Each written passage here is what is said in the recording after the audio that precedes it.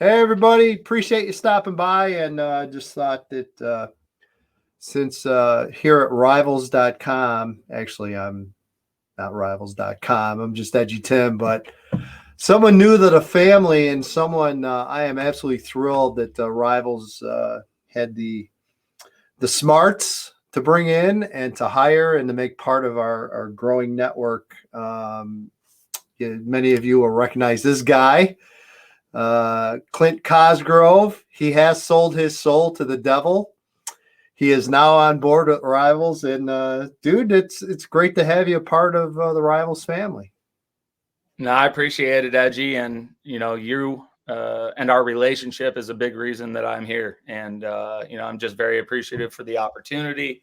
It's very similar to what I was doing for before, but new audience and new day-to-day work. But I'm excited to be on board. It's a learning experience, but it's been a lot of fun already.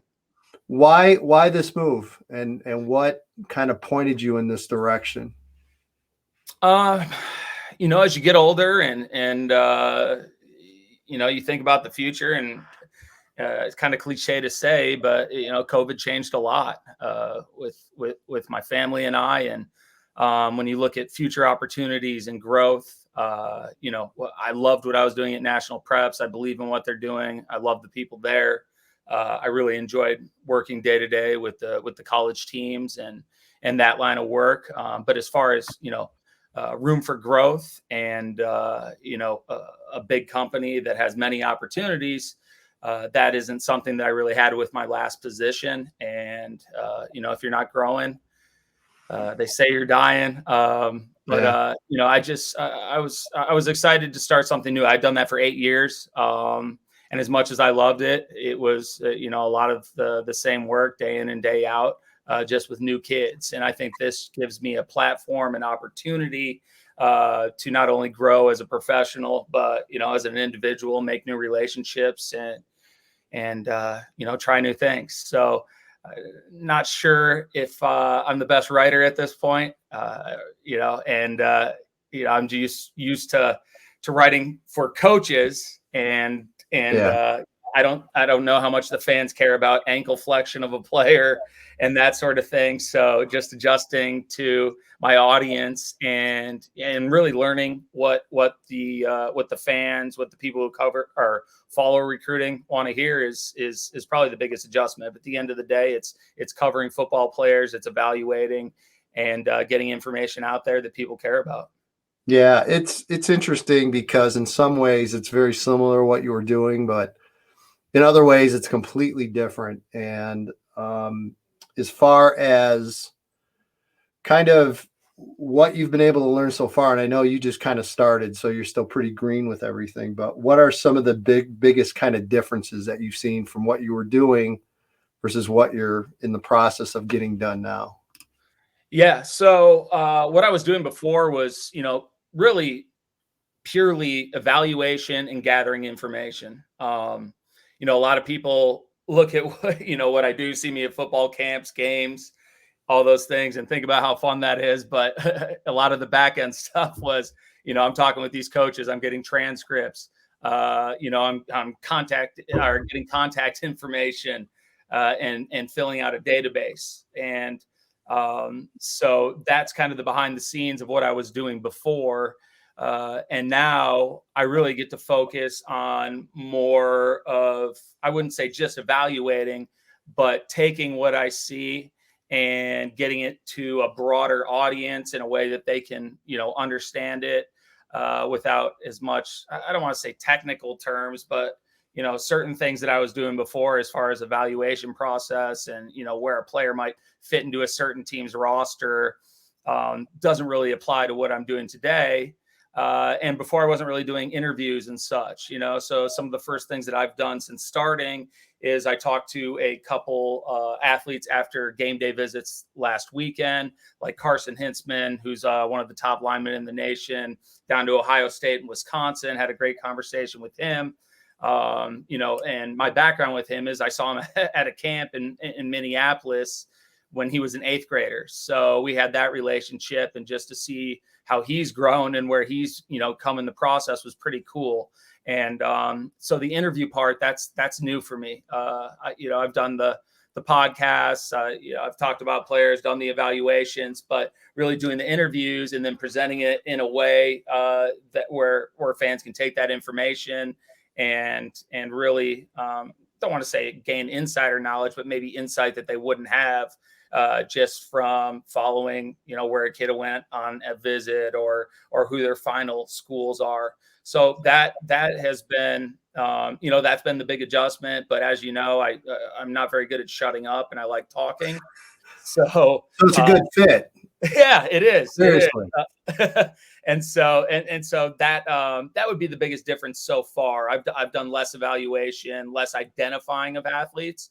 I think the cool thing now is not as much identification, but continuing to evaluate and really see where these players end up over time. Because before, a lot of my job was trying to identify before they got on the websites, before they had offers, and get them out there. And then really after some of these kids picked up offers, my evaluation was really done. That's up to the coaches. I presented the information to them. They do what they're going to do with it. And part of the reason that we, presented value at my last company, National Preps, was we're out there in person getting in-person evaluations when the coaches couldn't be out there. So it's going to be, it seems like right now, less identification and early rating and more continued evaluation, presenting information that is pertinent to the fans and the people who are interested in following the recruiting. Yeah, I think what you're going to find interesting too is what I think a lot of people don't realize is how large the audience is. You just look, just from a Big Ten standpoint alone, some of the sites we have in this network are incredible, and the fan bases and the followings are pretty incredible, and you end up discovering that after a while once you got to know these guys and work with them a little bit. So I think you'll get a lot of support from there. You've been around the game literally your whole life. You've been around the game. In case people don't know, your dad, Kevin Cosgrove, longtime assistant coach, and I don't know, where's he at now? I lost track. Texas Tech. Yep. It's guns up now. Yeah. So again, just your background, your family background, and I know you coached for a while, and then went on obviously this evaluation standpoint and recruiting and what have you. Why not coaching? Why'd you bail out of coaching? You know what? That was one of the hardest things I've ever done, getting out of coaching. From a young age, it was, I was one of those kids who my mom couldn't keep me away from the practice field. I'm 4 years old, drawing up plays, giving them to my dad, and then actually noticing that they didn't run them in the games and getting upset. I wanted to be at practice every day. I was a football junkie from a young age. And I think part of that was just looking up to my dad and wanting to be around him. As a football coach, he wasn't always at the house. And so not only was that a way for me to connect with him, it was a way for me to really start learning the game at a young age. And even the technical standpoint was always very interesting to me. I knew I wanted a life in football. When you're young, you think it's going to be in the NFL. As you grow up, you realize it's not. So, coaching was that next avenue. So when I got into coaching, that was going to be it for me. I was going to be a coach for life. And then, things changed. As I got older, priorities changed. I saw my dad, who had a ton of success, winning Rose Bowls, being a defensive coordinator, being up for, coach of the year and stuff like that. To, as you get older in that career, you start bouncing around a little bit, sometimes not even having a job for a year here and there. And, it's an interesting profession. So you don't just coach football, you live football. And one thing that I didn't realize growing up was I knew my dad went to the office and worked a lot. I didn't realize that not only are they working a lot, you're going 4 months straight without a day off, and you're not even sleeping. And so that wasn't, a major factor, but, you realize you live to work, and you live for these kids that you're coaching. And I loved game days. I didn't always love 6 a.m. staff meetings talking about academics. And another big thing that happened was my brother got diagnosed with cancer, and he's great now, thank God. But I'm sitting here coaching at Dartmouth, which is obviously a great place, but I'm preparing to play against Princeton and Columbia, and couldn't even go and see my brother. And I didn't know if God forbid something happened to him, and I didn't get to see him because I was preparing for a football game. I just wouldn't have been able to live with myself. So my original plan was to get into private business for a year or two, get some of that under my belt, and then get back into coaching. And really, the longer I was out of it, the less likely the less I wanted to get back into it. I realized that I could still be part of the game. I could still be around the kids. I could still enjoy everything and not necessarily have to move my family every year or two, wonder if we're getting fired, deal with the pressures of that. And, I hadn't been to even a funeral or a wedding of friends for years. My friends didn't see me for years. And although I loved what I did, and I got to experience things that people never get to experience in their life, walking out to the field at Penn State, playing in these big games, that I'm very thankful for that opportunity. But at the same time, I was open to trying something new, and somehow I didn't get away from the game. What was going to be private business, ended up scouting. And I think, as when you have a passion this big for something, at the end of the day, it's going to continue to find you. And if you can find a way to make a living from it, you'll end up doing that. And nobody loves the game more than you, especially Illinois school, high school football and the kids. And so you definitely know where I'm coming from when no doubt. I talk about that. Yeah, and you mentioned the family aspect too, and that's a big part of it. A lot of people don't realize is I basically became Mr. Mom, because I left a pretty good job in Chicago and ended up working out here in the middle of nowhere, and watching my kids and taking my kids to school every day. And sick days I'd be, mom was working as well. So, but yeah, you make those sacrifices. But the flip side of that is I saw my kids every day. And that is what really shocked me when, I was working downtown and I was working 14, 15-hour days and commuting an hour and a half each way. And they were ghosts. I mean, and that is no way to live. And again, it's a sacrifice, and you give up some stuff. But yeah, it was definitely worth every minute for doing it, for sure. Let's talk about recruiting a little bit. It's so weird now.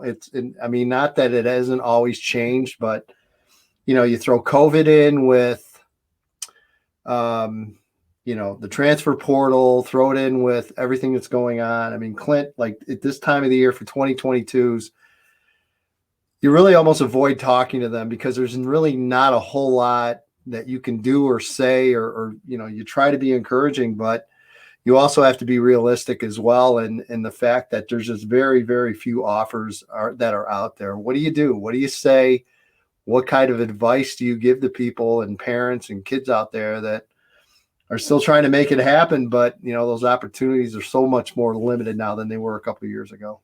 Yeah. I mean, it is, I don't want to say it's sad, but it is. A lot of these kids that are sitting without offers, would be multiple offer kids, whether it's the Division II level, FCS or FBS level in the past. And, when COVID first hit, we knew, things were going to change in the 21 class. And then, a year later, as we learn more, the 22 class is going to be affected. And I wouldn't be surprised, if the 23 class is affected. And then you throw in the transfer portal, you throw in the extra year of eligibility, and really you come to a point where the opportunities are not there that used to be. Now, that being said, with the transfer portal, opportunities that were not available for guys who were already in college, who maybe didn't have a great fit, or maybe ended up at a level that they were better than,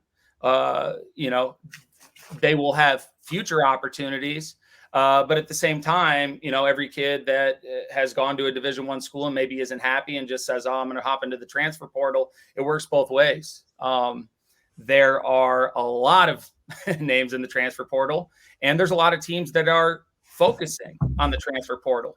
Where it was JUCO for a quick fix in the past, now you get a transfer portal and you'll have a kid who's got a year of experience under their belt, but still might have 4 years of eligibility.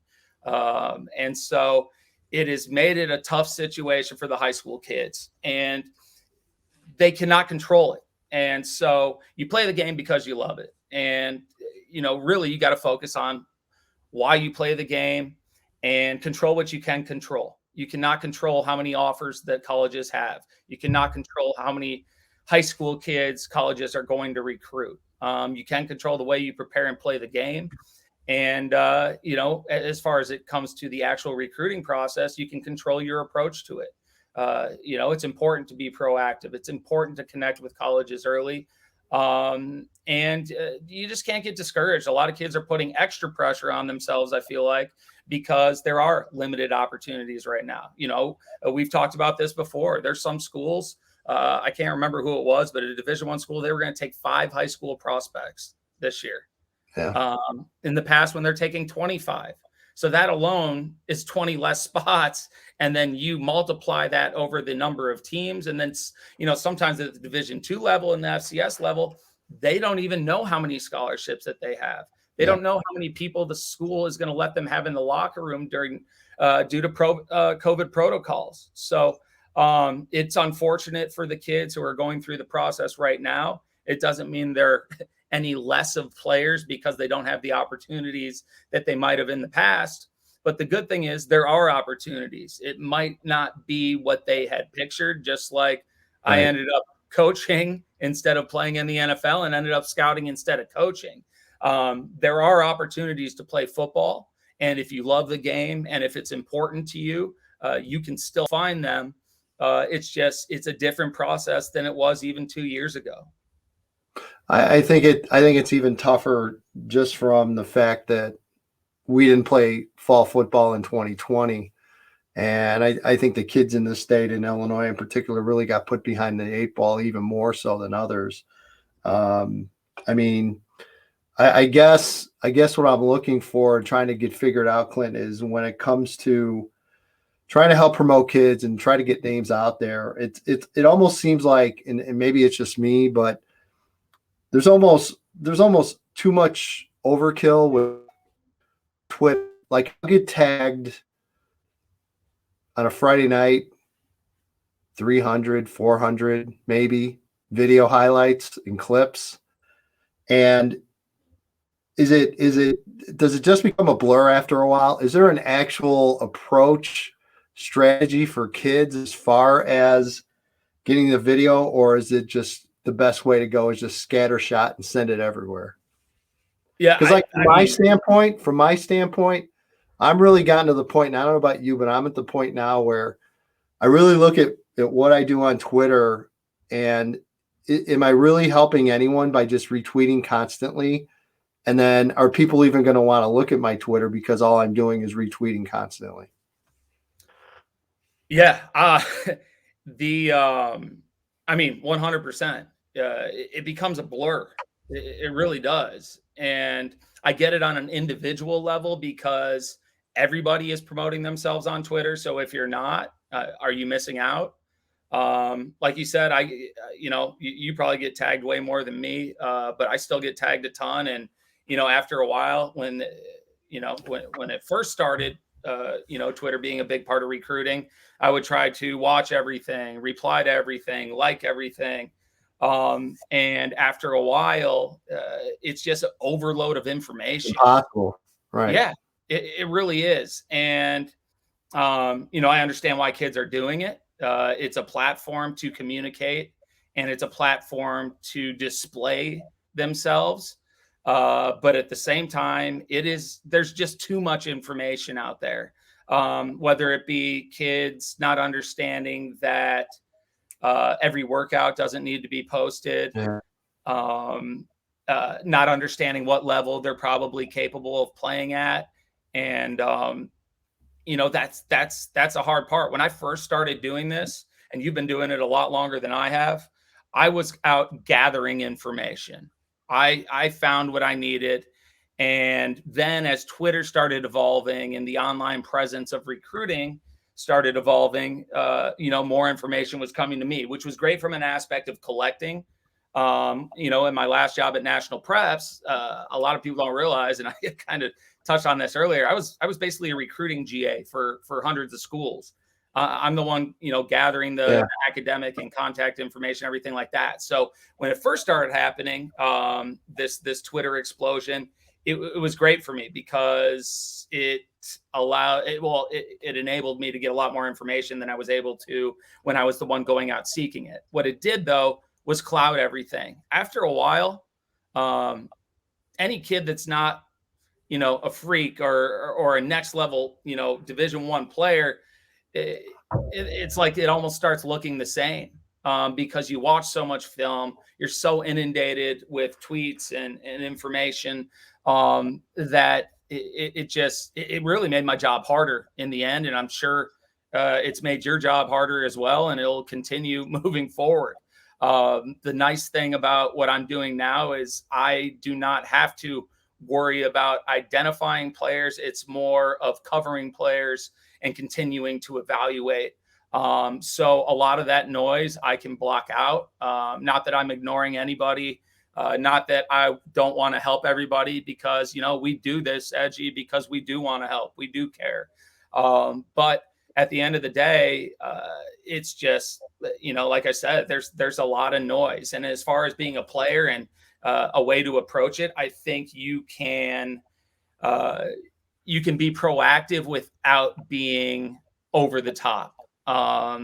You need to identify people who do want to connect with you. The worst a coach can say is no, but if they do say no, move on. Find a coach that's interested in you. Find somebody who wants you to be a part of their program, wants to evaluate you, and really take a look in the mirror.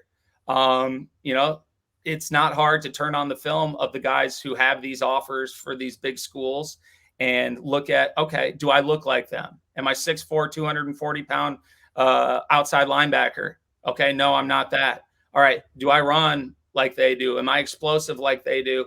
You turn on the film of some of these big time players that a lot of kids who, think they may be getting slept on and compare themselves to it. It can be a reality check. And, for me, I was a fairly decent player. I could run well, but I didn't look like the players that were going to Ohio State, Yep. And so, you can't take the recruiting game personally. And really a proactive approach without being over the top, I think, is the best way to go, and identifying coaches, programs that are interested in you. So Next few weeks, months, what can we expect to see out of you with Rivals? Kind of what's the beginning steps in kind of working your way out to full-blown Midwest recruiting expert? Yeah.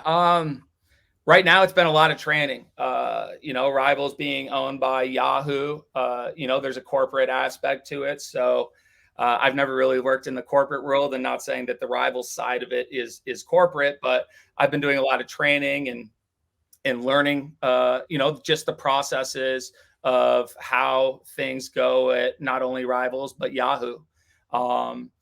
And so moving forward, I think I'll get used to doing a little more writing. So I'll be writing a lot of articles, hoping to get out to some games. I'll be covering games like you do, Edgy. I'll have that camera out there. I'll be filming prospects, interviewing prospects after the games.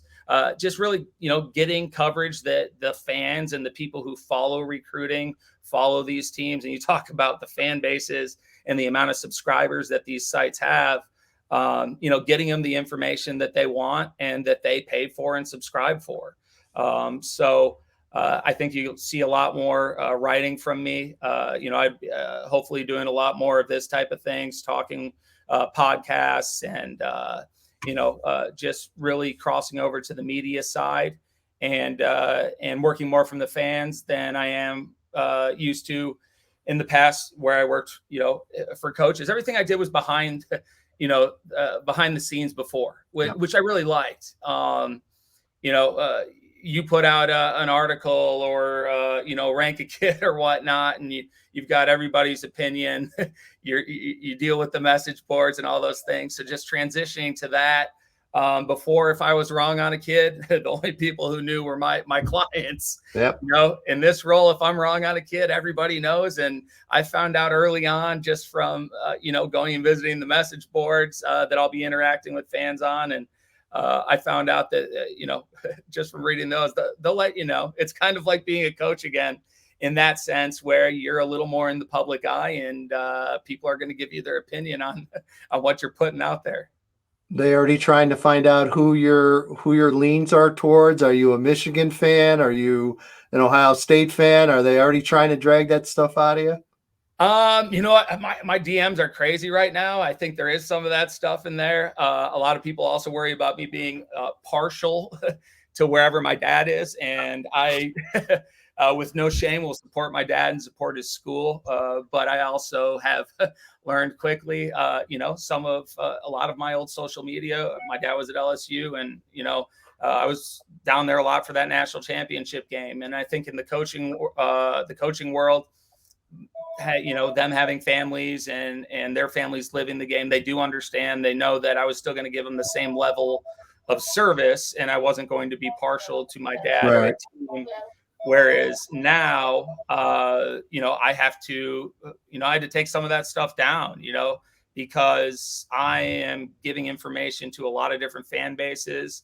And the last thing I can do is not only be partial, but appear to be partial in any form. So I'm still going to cheer for Tech. I'm still going to cheer for my dad, but I am going to cover, my least favorite team, which I can no longer have and do no longer have, to my favorite team the exact same way. I have to be impartial in what I do, and I have to, appeal and appease a lot of different fan bases. And that's my goal. I work for the subscribers, not just, Yahoo and Rivals, but I work for the people that I'm getting that information to. Yeah, no doubt. And again, I have absolutely no doubts you're going to do a tremendous job. You're going to be the next rock star. There's no doubt. And again, it's great to have a Chicago guy, I guess. Yeah. No knock, Josh. No knock, Josh. But nice to get a guy over on this side of Lake Michigan for once. And so Alan Trio does comedy on the side. What's your side gig, dude? Oh, gosh. I would love it to be comedy. I'm just not as fun as Alan, and I don't look as good on stage. You are. In certain situations, you can be. You know what? I like to learn a lot, whether it be learning to play the ukulele, or now I can't play it, but I still strum it a little bit.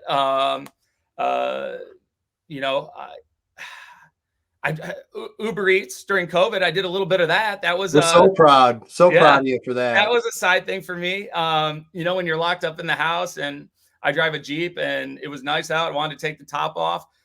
What better way to go out and make a little money and drive a little Uber Eats? That would be that would shock people. There you go. I love music. I love going to concerts. But as far as side gigs and that sort of thing, as you know, in this world, it's hard to do anything else, because if you're not following it 24/7, you're missing out on everything. So football as a passion and as a hobby is also my job. So it's hard to do a lot on the side. I wish I had more time to do things. But I would say the number one thing that I've done is travel. I love to travel. My wife and I, we don't have kids yet. We just have a little pup that likes to travel as well. And you've met my pup. Sometimes she makes it to the game and sits in the car during it. If the weather's right. but traveling the world. I've been to places like Sri Lanka, Bali, China, and I'm passionate about that because when I got out of coaching, one promise that I made to myself is I would do everything that I couldn't do when I was coaching. Awesome. Quality of life was going to be important. So traveling, seeing friends, making it to weddings, making it to funerals, whatever it may be. Just being around the people I love and also being able to do what I love at the same time has been, amazing. You're a younger guy, but that's the formula, dude. It really is. I'm happy I figured it out because I have friends that have not. And, I think a lot of people, and as you know, you're young and driven and, you feel like you're supposed to do this grind of this job that you don't necessarily like, but it's part of life and you got to make all this money. But I really think you learn what's important as you get older. And as things are taken away from you or people get sick around you, it really makes you reevaluate and know what's important to you. And, we're very fortunate that we are able to make a living doing this. Not everybody's able to do that. I'm just, no doubt. I'm very blessed to be able to do this and live this type of life. All right. He is the new Midwest recruiting analyst for Rivals.com, Clint Cosgrove. Thanks, dude. Good to see you. And can't wait to that first game. We're on the sidelines. I'm going to talk over every single video you take. All the years you've done it to me. All the years you've done it to me. I'm going to talk over every damn video clip you take. Hey, you know what? I kind of got it before. I really get it now, Edgy. I can't believe what I've been doing to you all these years. I'm surprised you didn't kick me off the sideline and tell me to go home. It's called color. It's called color. It gives a little realistic game color. When some guy's going, hey, and by the way, did you know about blah, blah, blah, blah, blah? Like, okay, dude, can you shut up for 5 seconds, please? I'm working here. I'm going to get you. Oh, I'm sure you will. I look forward to it. Thanks, dude. All right. Thanks, Edgy.